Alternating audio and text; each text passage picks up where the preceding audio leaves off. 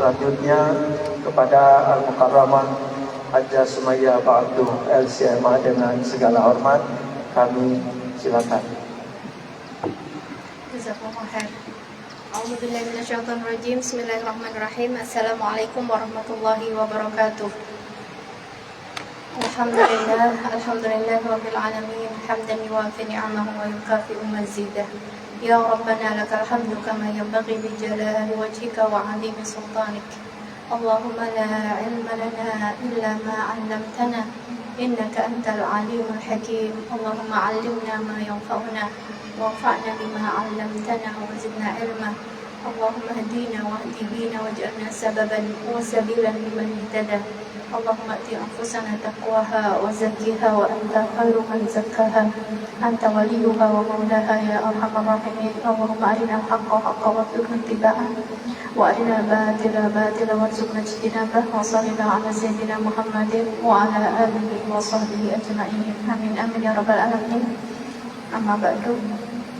Kepada yang terhormat Imam Besar Masjid Istiqlal sekaligus Menteri Agama Republik Indonesia Kiai Haji Nasruddin Umar, kepada segenap pengurus Masjid Istiqlal, MC dan juga jamaah yang dirahmati oleh Allah.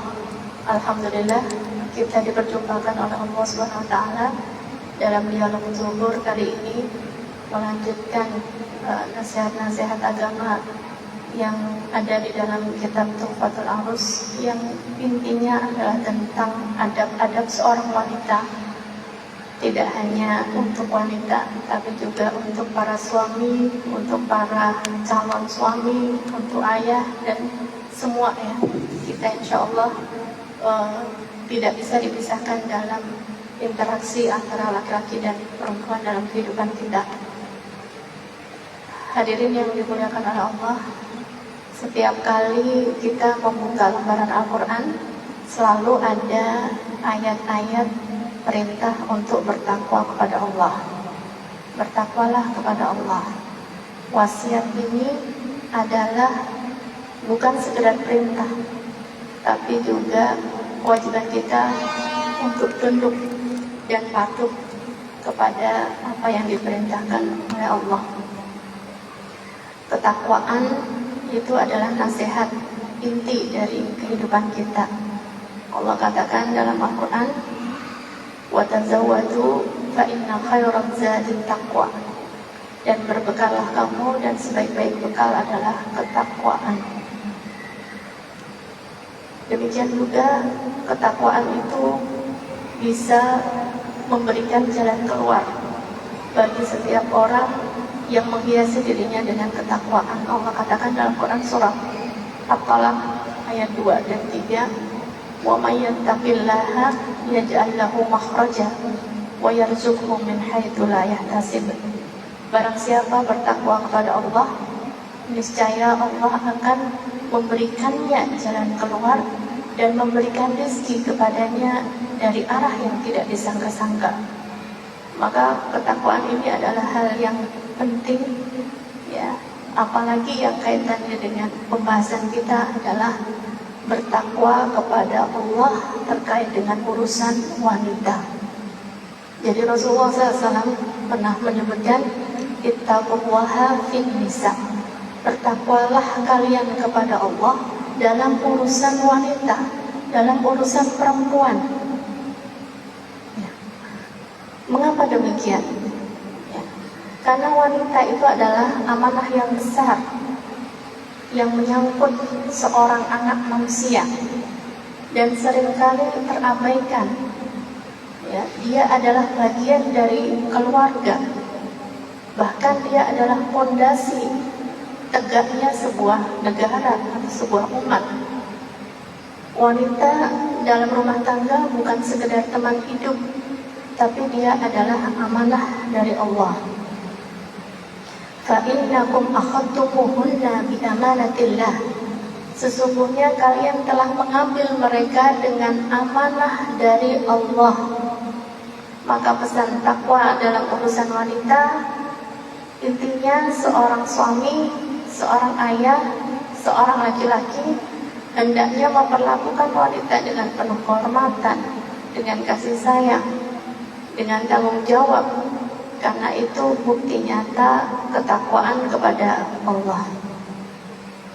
Jemaah yang dirahmati oleh Allah, takwa itu tidak hanya tampak di ibadah ritual, jumlah sholat dan puasa, jumlah tilawahnya, tapi ketakwaan sejatinya juga nampak dalam sikap dan akhlak di ruang keluarga. Sampai-sampai Nabi Muhammad SAW menjadikan perilaku suami terhadap istrinya adalah standar baik atau buruknya seorang suami, seorang laki-laki. Kebaikannya, perilaku suami terhadap keluarganya dan khususnya kepada istrinya adalah standar kualitas baiknya seorang laki-laki. Sebagaimana sabda beliau, khairukum khairukum li ahlihi wa ana khairukum li ahli. Sebaik-baik kalian adalah yang paling baik terhadap keluarganya, dan aku adalah yang paling baik terhadap keluargaku. Hadis riwayat Tirmidzi.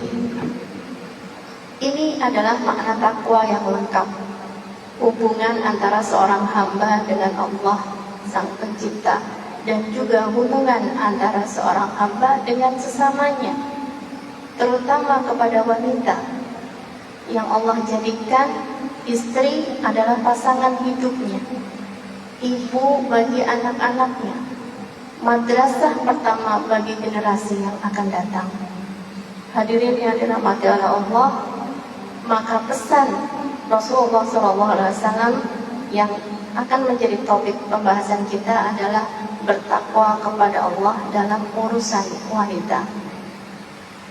Dalam hadis dikatakan Rasulullah SAW bersabda, ittaqullaha fin nisa fa innakum akhadtumuhunna bi amanatillah wastahlaltum furujahunna bi kalimatillah.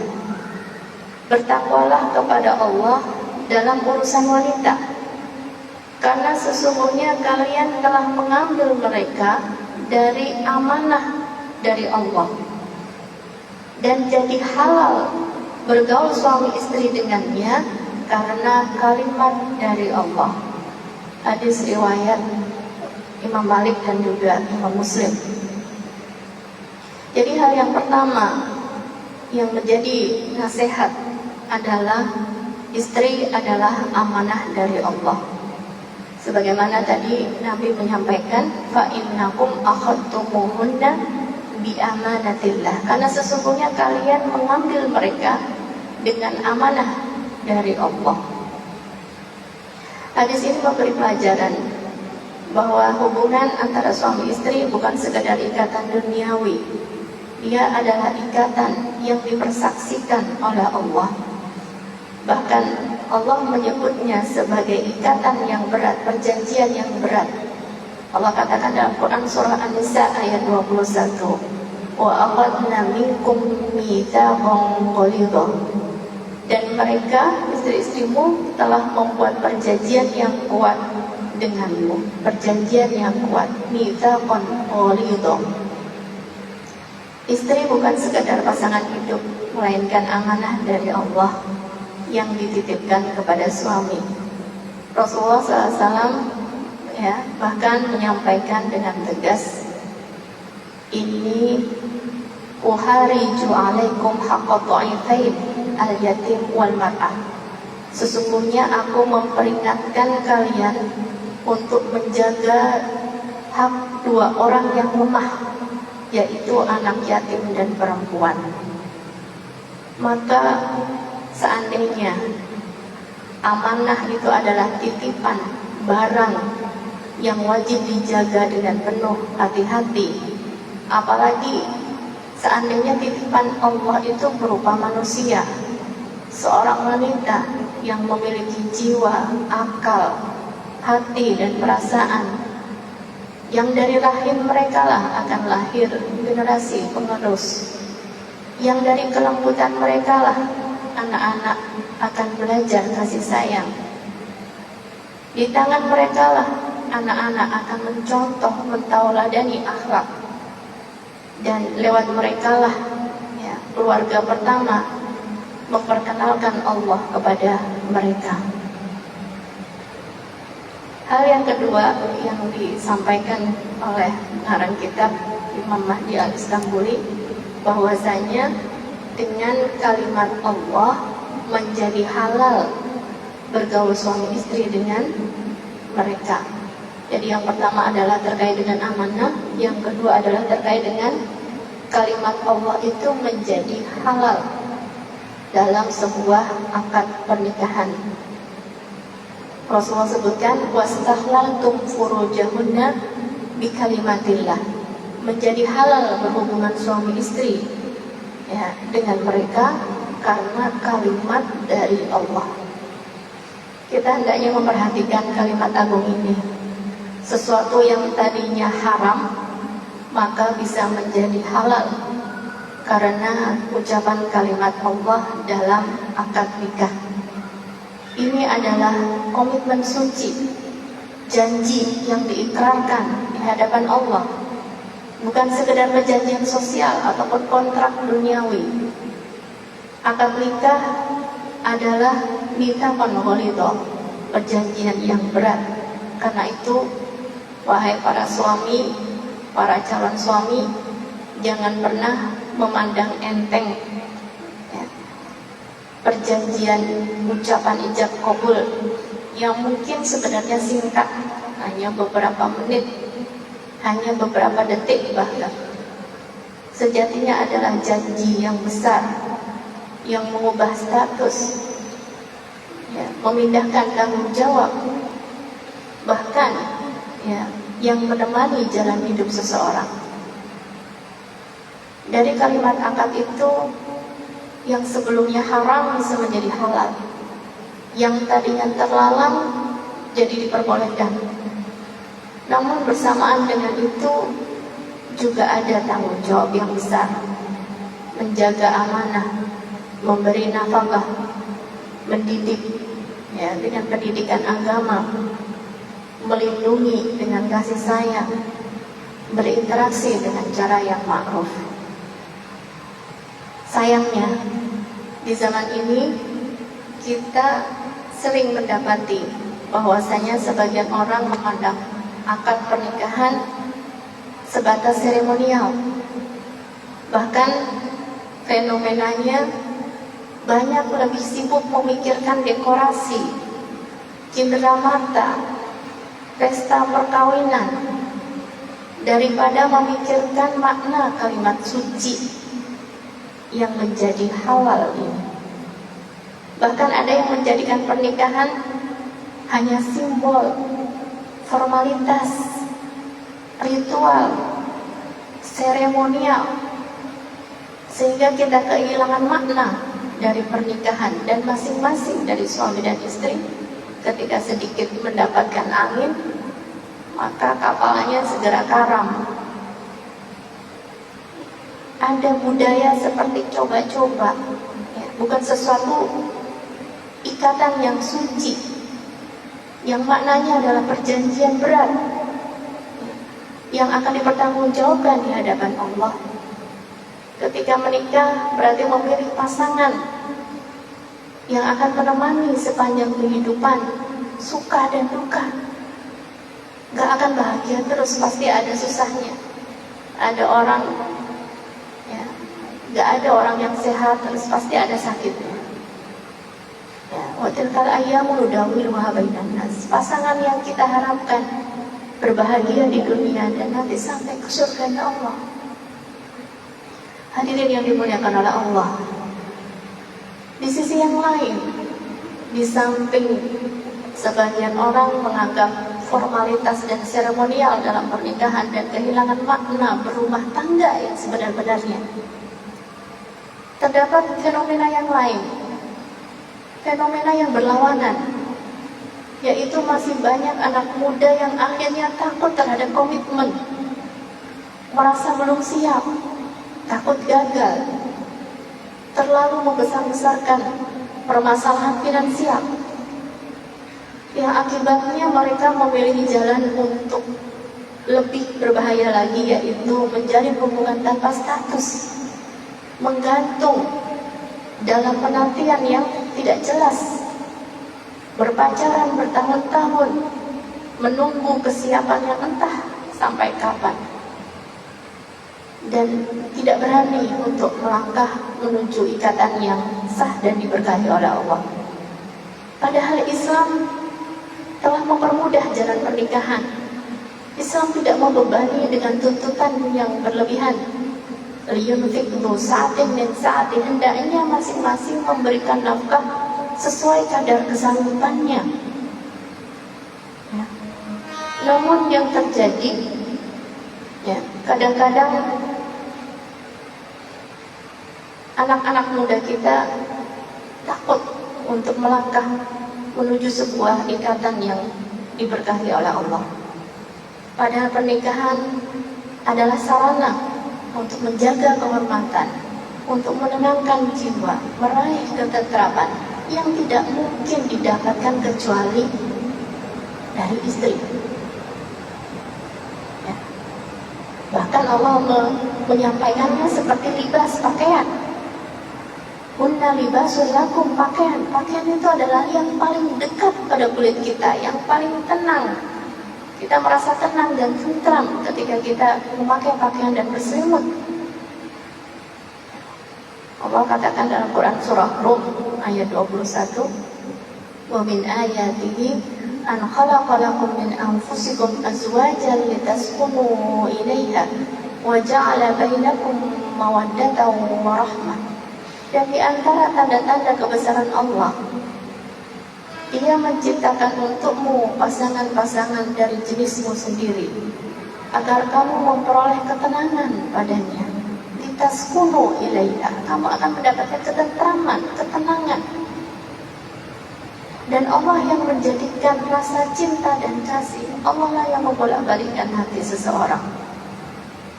Maka intinya adalah jangan kita sembarangan dalam menikah tanpa persiapan ilmu, akhlak, tanggung jawab.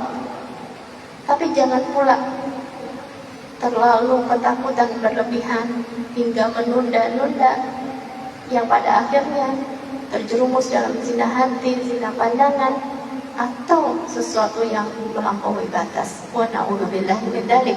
Mudah-mudahan Allah menjaga kita dan anak keturunan kita dari semua keburukan.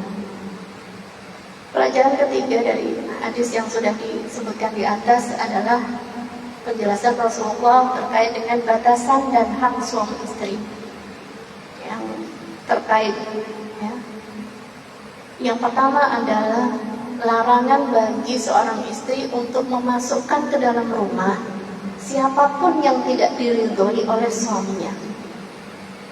Orang yang tidak diridhoi, yang dibenci atau tidak disenangi oleh suaminya, dilarang bagi seorang istri untuk memperkenankannya masuk ke dalam rumah. Hal yang kedua adalah terkait dengan hak seorang istri, yaitu untuk mendapatkan nafkah dengan cara yang ma'ruf. Intinya di sini adalah bahwasanya, ya, seorang istri wajib untuk menjaga rumah tangganya dari masuknya pihak-pihak asing ataupun ajnabi yang dapat merusak kehormatan, menimbulkan fitnah.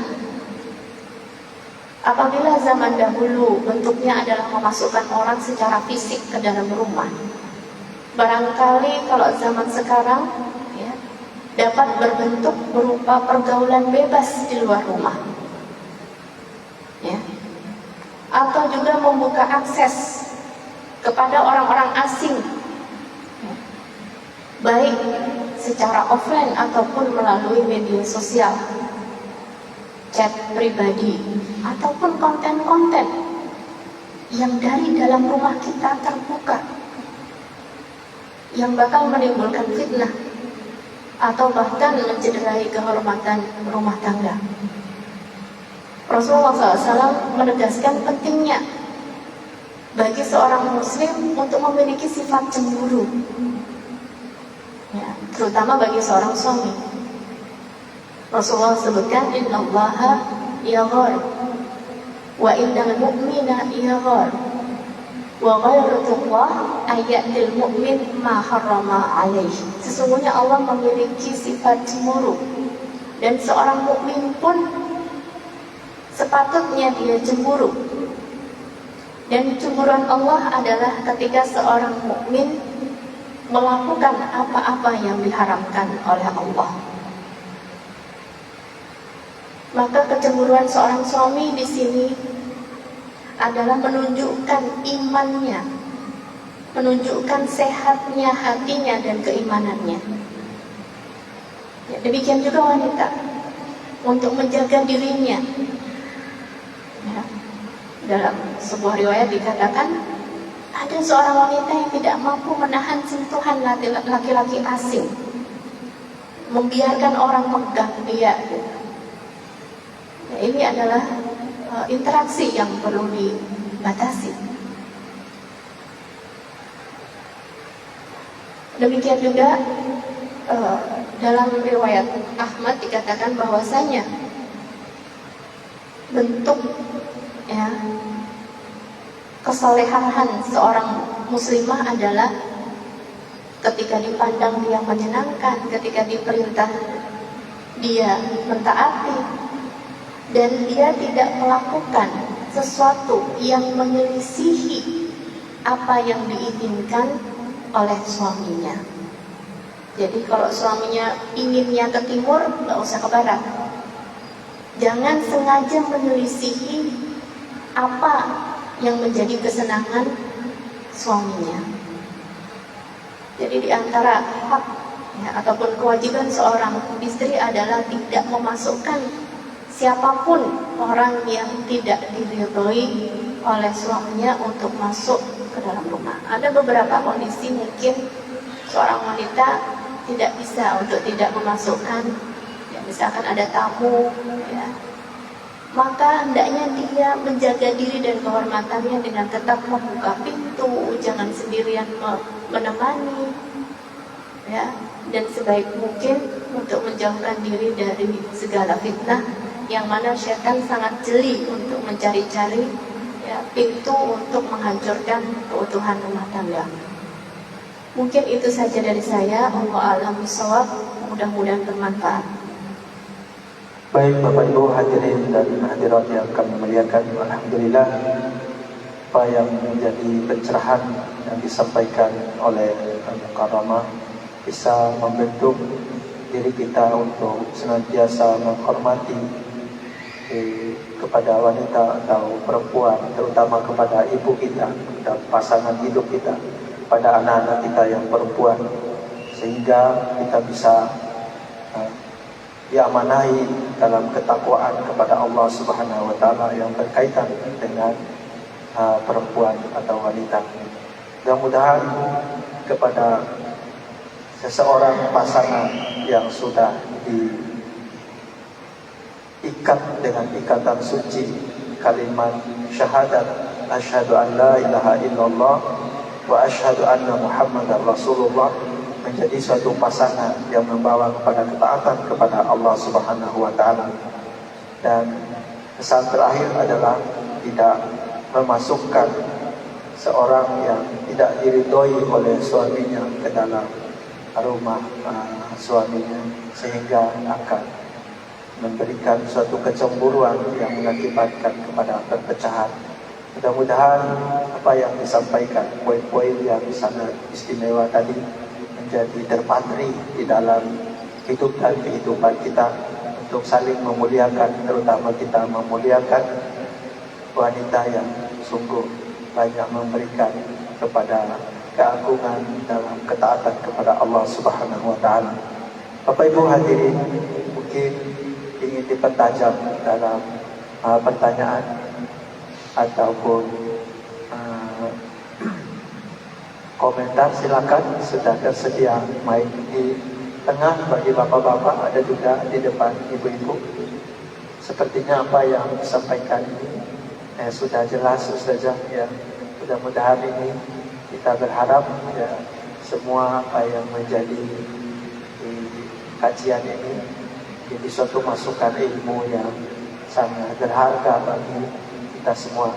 Bapak Ibu hadirin dan hadirat yang kami muliakan, terbatasnya waktu, mari kita sama-sama mengakhiri kajian ini dengan membaca hamdalah alhamdulillahirabbil alamin.